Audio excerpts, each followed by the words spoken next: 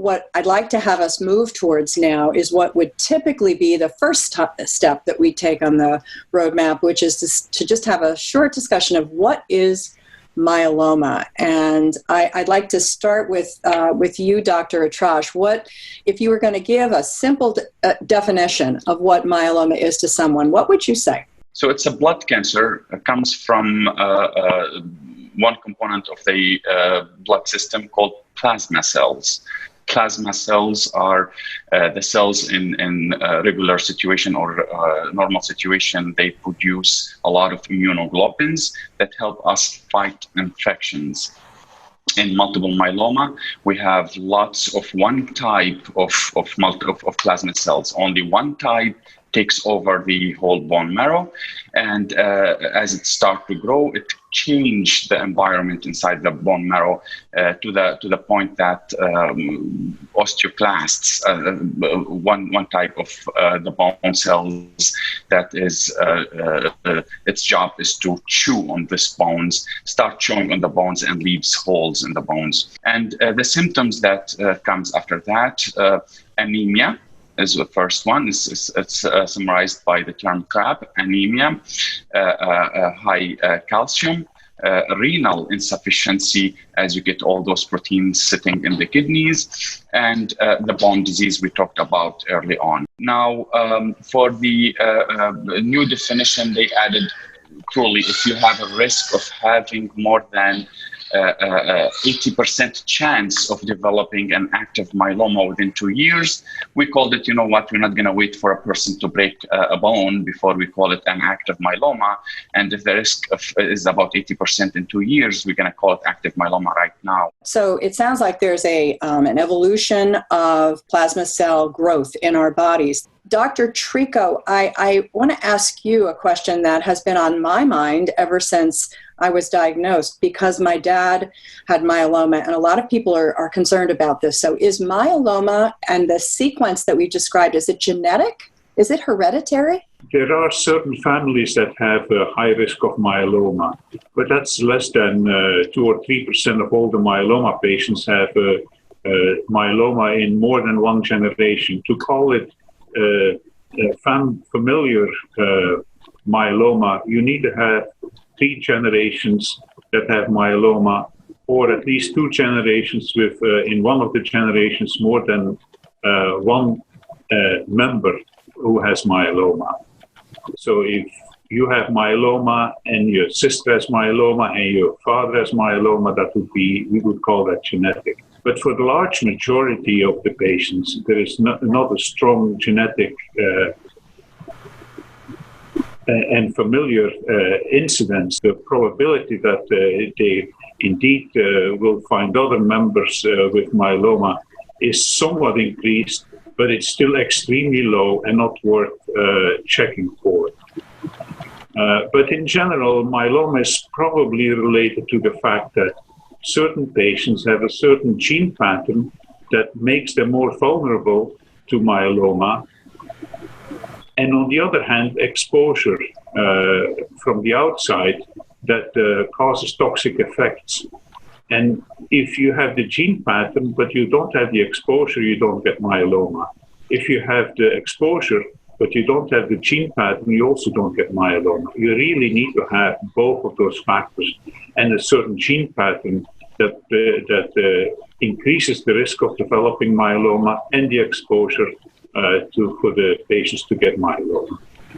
Well, I think it's interesting, and I bet you're watching closely the PROMISE study and things that are being looked at around some of the questions that you've described. So I think we're learning more about this. But I guess I would concur with you that we don't want to have people be afraid, and at the same time, I think this just is one of those questions that is so fascinating to me and is unfolding. We could again talk about all the different aspects of myeloma now, but we're gonna take another step or two on our journey, and we're gonna look now at when you're diagnosed. Dr. Van Rhee, I'm curious about whether when you're meeting somebody for the first time, what are the factors that you consider in terms of deciding what treatment recommendations to make? I think you're The first thing you want to do is set the goal of therapy. What is the goal of treatment? Some patients may be curable with a more intensive therapy. Some patients are elderly and you would like to control the disease and have good quality of life. So setting the goal of therapy is very important. A patient who is fit and is early 70s might be a transplant candidate. Obviously, this is determined by what we call comorbidities, which is a difficult word for having other medical conditions like heart disease, renal disease, lung disease. And then also a very important aspect is the biology of the disease, by which I mean how aggressive is the myeloma. The myeloma is really a complicated disease, and some patients have very easy myeloma, and others have highly aggressive myeloma, and they require a differential treatment approach. Then also, if you're dealing with somebody who's been previously treated, you need to ask the question what prior therapies the patient has had, what the side effects were, and how good their bone marrow is still functioning as a result of prior therapies, and what treatment they can tolerate. So there are a lot of factors which require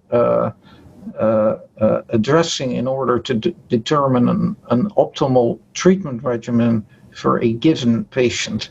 The one thing I would like to say to everybody who's on the webinar who's newly diagnosed, that with good therapy, many patients have a very good outcome. So it's a life-changing event being diagnosed with myeloma, but fortunately many patients do very well. Well, it's great to hear, and I in our support group, this is one of the first things that people want to know is that, there's a encouragement and signs of hope. As a patient joins the team that is going to help them, they need to understand, and we all, being educated makes us a better team player with our doctors and our clinicians. Nadine, how do we stay informed about all the options that Dr. Van Riet was just describing so we can fully participate? Well, certainly, when I started with myeloma, I was told that the patients were oftentimes a lot smarter than we were.